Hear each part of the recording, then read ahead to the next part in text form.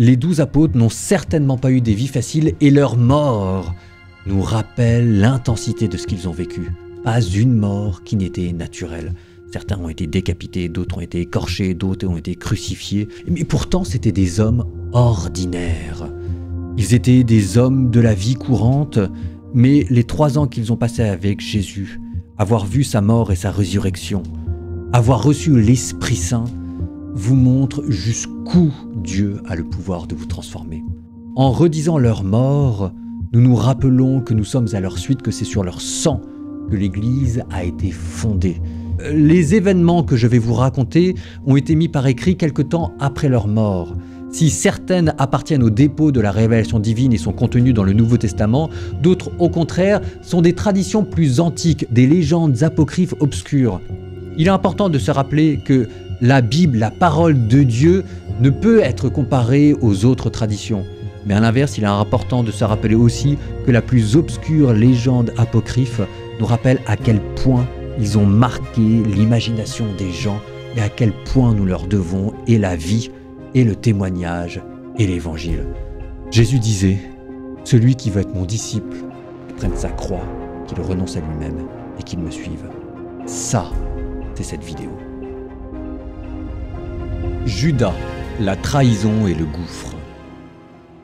Judas fut l'un des 12, ne l'oublions jamais. Et au moment de commencer la mort glorieuse des 12 apôtres, elle vient nous rappeler comme un avertissement qu'avant de s'extasier sur la mort des apôtres, nous devons faire attention à nous-mêmes. L'histoire de Judas, il ne faut pas que cela devienne la nôtre. L'histoire de Judas, c'est quelqu'un qui a marché avec la lumière, mais qui n'a pas laissé la lumière habiter dans son cœur. Notre voyage commence là où tout aurait pu s'arrêter, à Jérusalem. C'est là, juste à l'extérieur des murs, au sud de la ville, qu'un champ porte encore un nom sinistre. Akeldama, le champ du sang. C'est là, selon la tradition, que Judas Iscariote est mort. Le premier des 12 à disparaître, le seul à ne pas mourir pour sa foi. C'est par amour de l'argent ayant donné son âme au diable que Judas a trahi Jésus. Et il ne l'a pas renié comme Pierre, mais il l'a vendu pour 30 pièces d'argent, le prix d'un esclave. Et quand dans le temple il réalise ce qu'il a commis et que l'heure du pardon est peut-être alors venue, plutôt que de se tourner vers celui qu'il avait trahi, Judas s'enfonce dans la tristesse et dans un remords sans repentir, il décide de mettre fin à sa vie. Pour n'avoir pas cru en la miséricorde, il commet une faute pire que la première. 2 récits s'affrontent dans la Bible. Dans l'Évangile selon saint Matthieu, Judas, rongé par le remords après avoir livré Jésus pour 30 pièces d'argent, jette l'argent dans le temple, fuit et se pend. Dans les Actes des Apôtres, au contraire, il achète un champ avec cet argent maudit, puis meurt d'une chute brutale et ses entrailles s'ouvrent et se répandent par terre. 2 versions, à moins qu'il ne se soit pendu et soit tombé à terre, ses entrailles se répandant. En tout cas, une même fin. L'écrasement intérieur d'un homme que Jésus avait choisi, mais qui n'a pas cru au pouvoir d'être pardonné. Judas n'était pas un inconnu. Il avait marché avec Jésus, vu les miracles de Jésus, entendu les paraboles de Jésus. La tradition chrétienne n'a jamais cherché à l'excuser, mais elle n'a pas cherché non plus à le transformer en monstre. Judas, c'est le tragique d'un homme qui non seulement a trahi Jésus, mais qui a refusé de croire dans l'amour que Jésus avait pour lui. Dorénavant, saint Pierre le dit dans les Actes des Apôtres, il est dans son lieu, à lui, loin du Seigneur. Jacques le Majeur, le premier sang versé. Si Judas est mort par désespoir, Jacques, lui, est mort par excès de fidélité.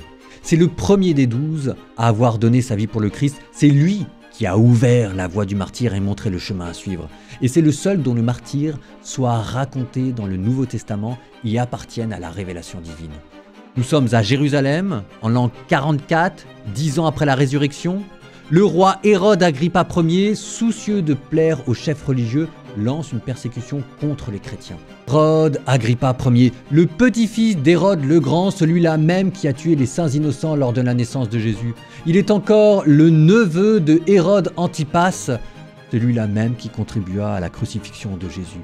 Cette famille s'éleva tout entière contre le christianisme, alors que les Sadducéens, les pharisiens et les autorités du peuple s'inquiétaient devant la propagation du christianisme, voyant qu'ils pouvaient se rapprocher et se mettre en bonne grâce avec les autorités du temple. Hérode Agrippa Ier ordonna une première persécution contre les chrétiens. Nous sommes en l'an 44 à Jérusalem. Il emprisonne Pierre et Jacques parmi d'autres disciples. Pierre ne voit sa vie sauvée que par l'intervention miraculeuse d'un ange qui ouvrit les portes de sa prison. Tel ne fut pas le cas de Jacques. Actes des Apôtres, chapitre 12, verset 2. Sobre, le récit est simple. Il fit mourir par l'épée Jacques, frère de Jean. Mais derrière cette sobriété se cache une figure ardente. Jacques, Boanerges, le fils du tonnerre, fils de Zébédée, frère de Jean, pêcheur, faisant partie d'une famille probablement riche de Capharnaüm et faisant partie du cercle intime de Jésus. S'il était là pour la résurrection de la fille de Jaïr, il était là pour la transfiguration et il était là encore pour l'agonie de Jésus à Gethsémani. La tradition raconte qu'au moment de son exécution, un soldat romain fut frappé par son courage et sa paix intérieure et décida de se convertir tout de suite sur place. Et il fut exécuté à ses côtés. 2 hommes mourirent ce jour-là, l'apôtre, le fils du tonnerre, et son dernier disciple. Des siècles plus tard, une autre tradition étonnante a surgi. À sa mort, des disciples auraient déterré sa tête et l'auraient transporté en Espagne avec 2 disciples pour l'enterrer sur la côte de Galice. Au IXe siècle, on aurait retrouvé sa tombe, l'ermite Pelayo. Et là, Santiago de Compostelle devint son tombeau, son sang versé devint une route et devint le point de départ d'un pèlerinage suivi par des millions de chrétiens. Matthieu, de collaborateur à scribe et de scribe à martyr. C'est une des personnalités les plus attachantes parmi les 12, le collaborateur paria devenu disciple du Christ. Avant de suivre Jésus, Matthieu s'appelait Lévi. Et lui aussi vient de Capharnaüm, cette ville au nord de la Galilée, dans un territoire aux frontières de l'empire païen de Rome. Matthieu est ordonné, précis dans sa tête, un tempérament méthodique, il aime les chiffres. Collecteur d'impôts, il sait compter, mais personne ne peut compter sur lui. Un jour, Jésus passe devant lui, le regarde et lui dit « Suis-moi ». Et aussitôt, Matthieu se lève, il quitte tout de suite, sans se poser de questions. Ce geste radical sera le début d'une vie entière donnée au royaume de Dieu. Après la résurrection de Jésus, Matthieu devient évangéliste. Il écrit pour ses frères juifs un testament, un évangile nourri d'Ancien Testament montrant que Jésus est le Messie attendu. Et lui, le plus méthodique, compose son élément en 5 cahiers pour faire une catéchèse fondamentale. Mais il n'est pas qu'un écrivain. Il n'est pas seulement professeur, scribe et rabbin, il part aussi en mission. Les traditions parlent pour lui du sud et de l'est, l'Égypte, l'Éthiopie, la partie, peut-être même jusqu'en Perse. Il aurait prêché, guéri, célébré, et c'est en célébrant la messe selon plusieurs récits qu'il fut arrêté. Un roi païen humilié d'avoir vu sa famille délivrée par le Dieu de Matthieu le fit clouer au sol, brûler vif. D'autres traditions parlent encore d'un poignard, d'une épée ou d'une lapidation. Toutes s'accordent sur une chose, il ne renia pas le Christ, lui qui dans sa vie précédente avait renié tous ses amis.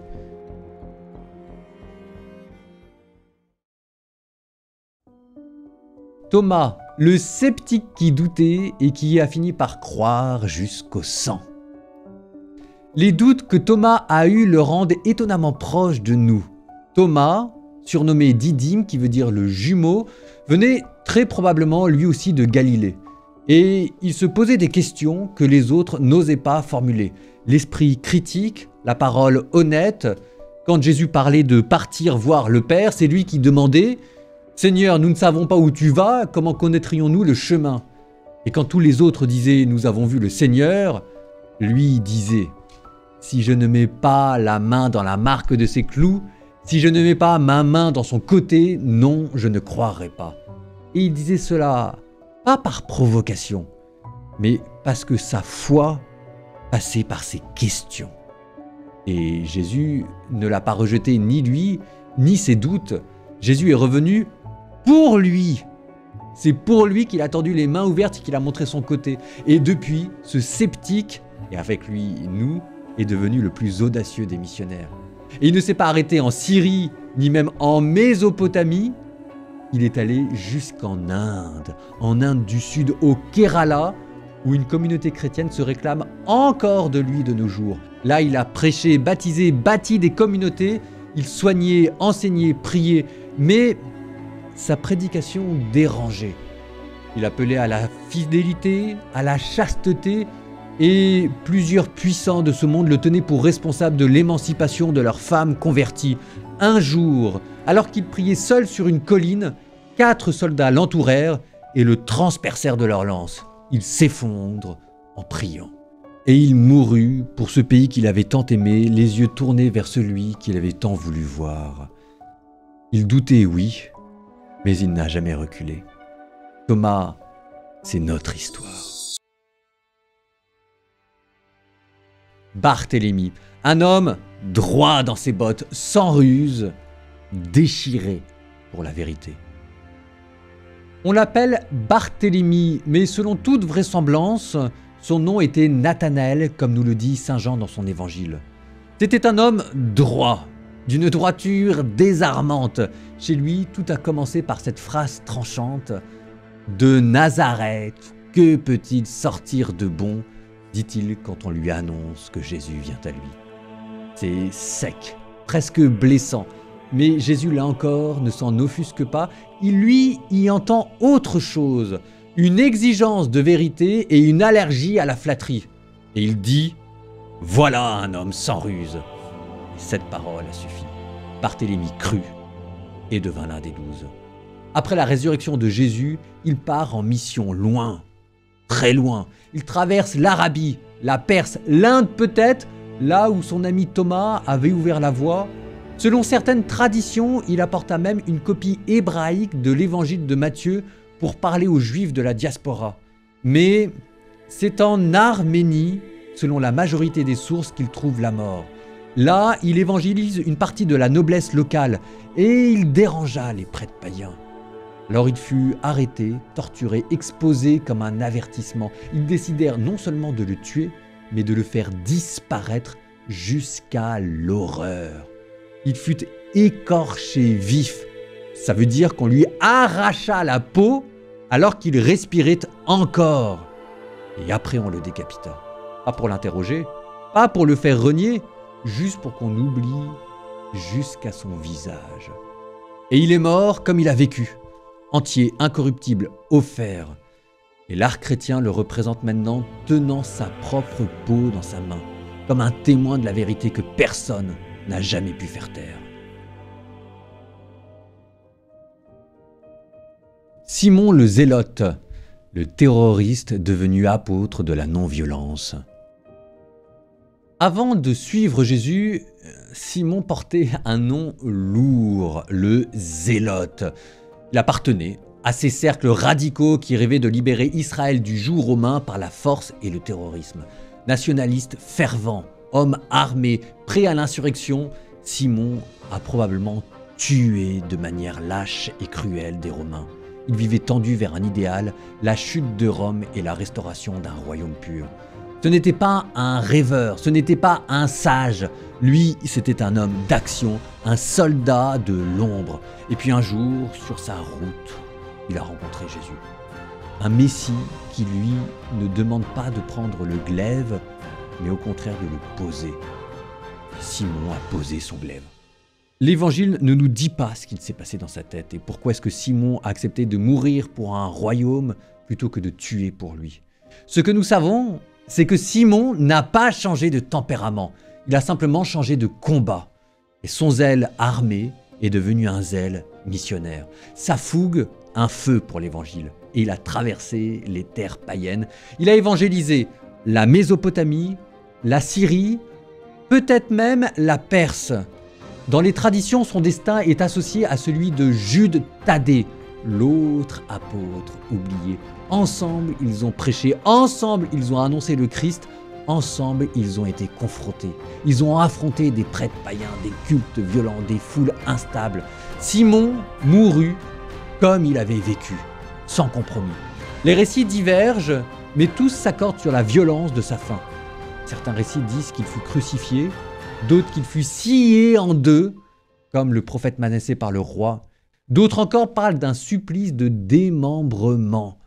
Sa mort est floue, mais son témoignage, lui, est clair. Aujourd'hui, peu de personnes connaissent son nom. Il n'a pas laissé d'écrit, il n'a pas laissé d'église, mais il a laissé un témoignage, celui d'un zèle transformé en amour.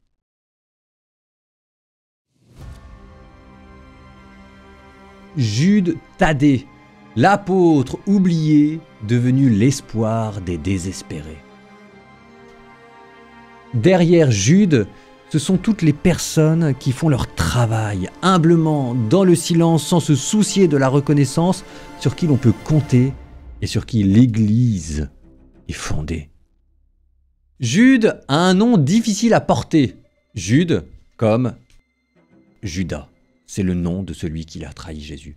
Pour éviter la confusion, on l'appelle Thaddée. Jude Thaddée, ce qui signifie le courageux ou le doux. Tout un programme.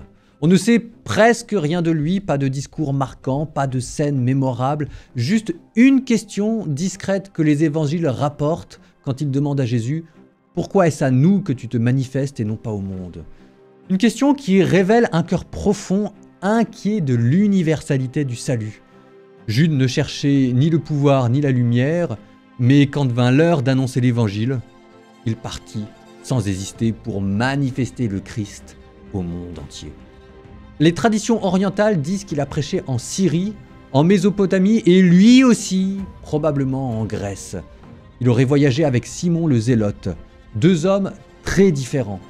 L'un, un ancien radical, l'autre, un frère discret. Mais ensemble, ils ont affronté les cultes païens, les divinités de pierre et les princes de ce monde. Sa mort fut violente. La tradition dit qu'il fut frappé à mort, haché ou décapité. Il serait tombé avec Simon sous les coups d'une foule fanatisée, manipulée par des prêtres païens. Pas de tombe identifiée, pas de relique attestée. Et pourtant, son nom n'a jamais disparu. Au fil des siècles, il est même devenu synonyme d'espérance, le saint patron des causes perdues.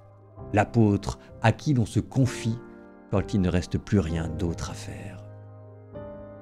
Il n'a pas laissé d'évangile, mais une courte lettre, une épître dans laquelle il exhorte à lutter pour la foi, à demeurer dans l'amour de Dieu et à garder les faibles. Et son écrit est gardé précieusement dans le Nouveau Testament. Philippe, celui qui cherche à comprendre et à percer un mystère qu'il ne peut pas comprendre. Philippe fait partie des premiers appelés. Il vient de Bethsaïde et il a commencé par être disciple de Jean le Baptiste. C'est Jean le Baptiste qui lui a montré Jésus. Et alors il a passé une journée avec Jésus et c'est ensuite lui qui allait voir Nathanaël qui doutait pour lui dire « Viens et vois ». Philippe, il ne s'emballe pas, il observe, il analyse et il espère. Dans l'Évangile, il ne parle pas souvent, mais toujours pour poser des questions. Combien coûterait le pain pour nourrir la foule ? Où se trouve le Père que tu nous as promis ? Et Jésus, à chaque fois, qui lui répond doucement, « Philippe, qui m'a vu, a vu le Père. » Philippe veut que les choses soient claires, cohérentes, bien posées, simples. C'est un croyant qui veut passer par le bon sens. Après la résurrection, il part en mission. Une mission difficile à suivre et confuse à cause de la proximité de son nom avec Philippe, diacre de Jérusalem, parti évangéliser la Samarie. Certaines traditions rapportent qu'ils furent décapités, d'autres pendus. La tradition la plus attestée le situe en Asie mineure, notamment à Hiérapolis en Phrygie. Là, il prêche le Christ à une population païenne. Il convainc, il persuade, il évangélise, il baptise, il dérange. Un gouverneur irrité par la conversion de sa femme le fait crucifier la tête en bas. C'est pour avoir bouleversé les équilibres sociaux en prêchant la chasteté que Philippe est mort.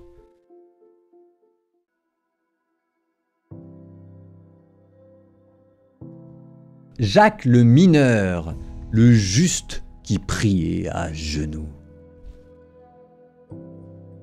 Son nom est un mémorial au patriarche Jacob. Il s'appelle Jacques. Et pour ne pas le confondre avec l'autre disciple qui s'appelle Jacques, lui, on l'appelle le mineur, Jacques le Petit. Moins connu, moins flamboyant. Pourtant, l'évangile dit de lui qu'il était fils d'Alphée, un cousin probable de Jésus, mais malgré cela, ne faisant pas partie du cercle intime. Il n'était pas avec Pierre, Jacques et Jean en haut du mont Tabor, et il n'a pas vu Jésus, son cousin, transfiguré.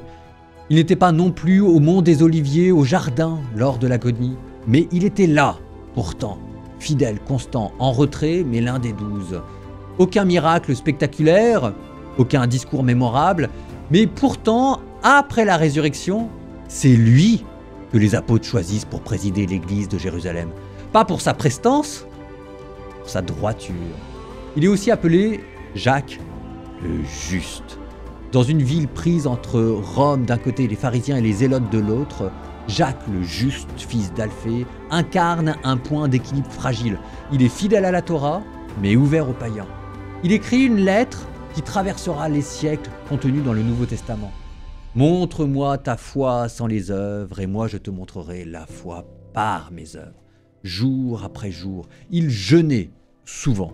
Il priait dans le temple, à genoux, si souvent et si longtemps que la tradition rapporte que ses genoux étaient devenus comme ceux d'un chameau, épais, calleux, durcis par la prière. Mais sa fin est brutale. Nous sommes en l'an 62. Le grand prêtre Hanan, profitant d'un vide de pouvoir, fait arrêter Jacques. On le conduit au sommet du temple et on lui ordonne de renier le Christ devant le peuple. Jacques refuse. Il proclame « Jésus est assis à la droite de Dieu ». Alors, il jette Jacques le Juste dans le vide, le cousin de Jésus. Il survit à sa chute. À terre, il continue de prier et demande pardon pour ses bourreaux. On le frappe à mort alors à coups de bâton pour qu'il se taise et qu'il meure enfin. Et il n'a pas crié, il n'a pas fui, il n'a pas tonné, mais il est mort comme il a vécu. Droit, fidèle.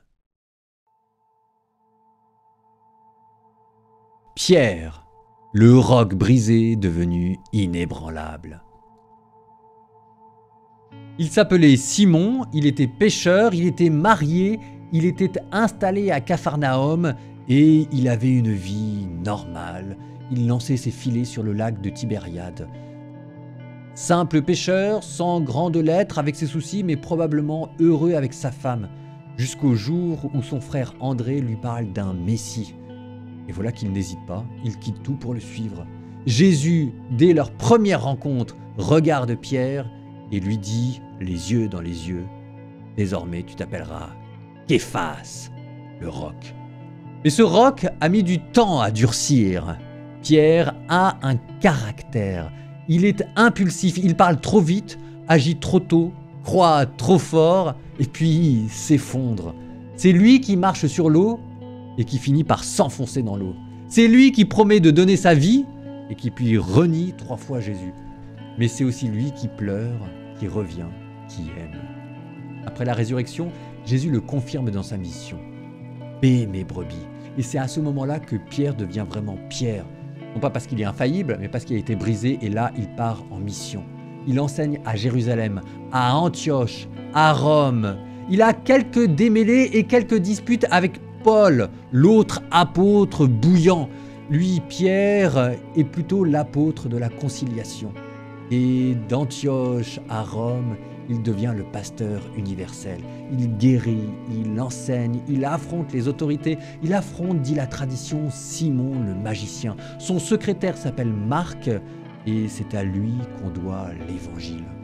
Pierre a des révélations sur l'enfer contenues dans l'Apocalypse de Pierre. Mais à Rome, voilà que Néron va bientôt chercher des coupables pour les accuser de l'incendie qu'il a lui-même provoqué. Et Pierre, chef des chrétiens, pasteur universel, est arrêté, emprisonné, libéré, repris et finalement condamné. On l'humilie, on l'amène sur une colline, là on dresse une croix pour qu'il meure comme celui dont il professe la résurrection, mais lui, Pierre, se souvient qu'il n'était pas là sur la croix. Et il demande une faveur, il demande à être crucifié la tête en bas, par humilité. Il ne veut pas mourir comme son maître, et c'est ainsi qu'il meurt, à l'envers du monde, à l'envers sur une croix dans une Rome en feu. Ses restes sont enterrés discrètement, mais on les retrouvera plus tard. Au XXe siècle, on retrouva sa tombe, en dessous même de l'endroit où plus tard fut construite la basilique Saint-Pierre.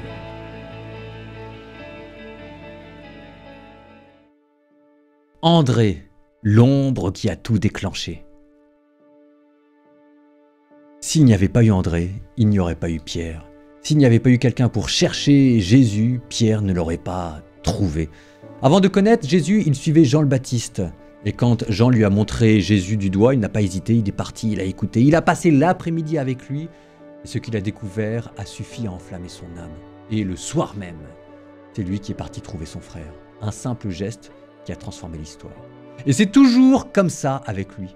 On le voit peu, mais à chaque fois, c'est lui qui amène des nouvelles personnes vers Jésus. Il est là, sans bruit, dans les moments clés. Lors de la multiplication des pains, c'est lui qui signale à Jésus le jeune homme qui a des paniers avec lui. C'est lui qui a montré à Jésus Pierre. Et c'est encore lui, à la veille de la Pâque, lors de l'entrée des païens à Jérusalem, c'est lui que les Grecs sont allés voir pour ensuite aller jusqu'à Jésus. André, c'est l'homme qui vous introduit à Jésus, c'est un trait d'union. Après la Pentecôte, la tradition dit qu'il se dirigea vers l'Est et qu'il évangélisa jusqu'à la Scythie, jusqu'aux confins de l'Ukraine actuelle en passant par Byzance pour ensuite revenir à Grèce, à Patras, dans le Péloponnèse. Et c'est là que son chemin s'achève. Il y prêche, guérit, convertit, jusqu'au jour où, là encore, un proconsul irrité par la conversion de sa femme ordonne son arrestation. On raconte qu'il fut crucifié sur une croix en X, une croix qui paraît-il est plus cruelle et qu'on appelle depuis la croix de Saint-André. Il resta attaché sur sa croix plusieurs jours et il prêchait encore sur sa croix. Les bras écartés, le regard levé, sa croix devint le pupitre à partir duquel il s'adressait au monde. Et André est mort comme il a vécu, dans l'ombre du Christ, tourné vers lui à nous montrer le chemin. Jean, le dernier battement de cœur du disciple bien-aimé. Jean est le plus jeune des disciples, 16 ans, 17 ans, frère de Jacques le grand, fils de Zébédée, pêcheur lui aussi sur le lac de Galilée. Avec son frère, il partage le même surnom de Boanerges, fils du tonnerre. Avec Pierre et Jacques, il fait partie du cercle intime. Il est celui qu'on garde tout près de soi à Gethsémani. Il est le disciple bien-aimé.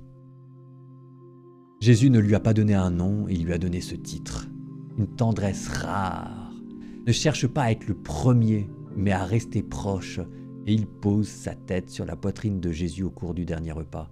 C'est lui qui a entendu les battements de cœur de Dieu. Au pied de la croix, tous les apôtres ont fui, sauf un, le disciple bien-aimé. Là, Jésus ne lui confie pas un message à proclamer, il lui confie une personne sur qui veiller. Il lui donne sa mère. Que confier de plus précieux? C'est lui qui a reçu le plus beau cadeau de Jésus. Il a tout vécu, la résurrection, les premières années de l'Église, la fondation des églises d'Asie mineure, la persécution sous l'Empire Domitien en l'an 95, et suite à cette persécution, l'exil sur l'île de Patmos, où il reçut les visions de l'Apocalypse. Après son retour, il s'établit à Éphèse, en Asie mineure, sur la côte, et là il fonde une école, et il écrivit un évangile et des lettres qui portent son nom. Contrairement aux autres apôtres, et le seul parmi les 12, lui n'est pas mort en martyr. Il a connu la déportation, l'exil, la prison, mais il est mort vieux, usé, entouré des gens qu'il a aimés. Sa dernière parole, d'après la tradition, était toujours la même.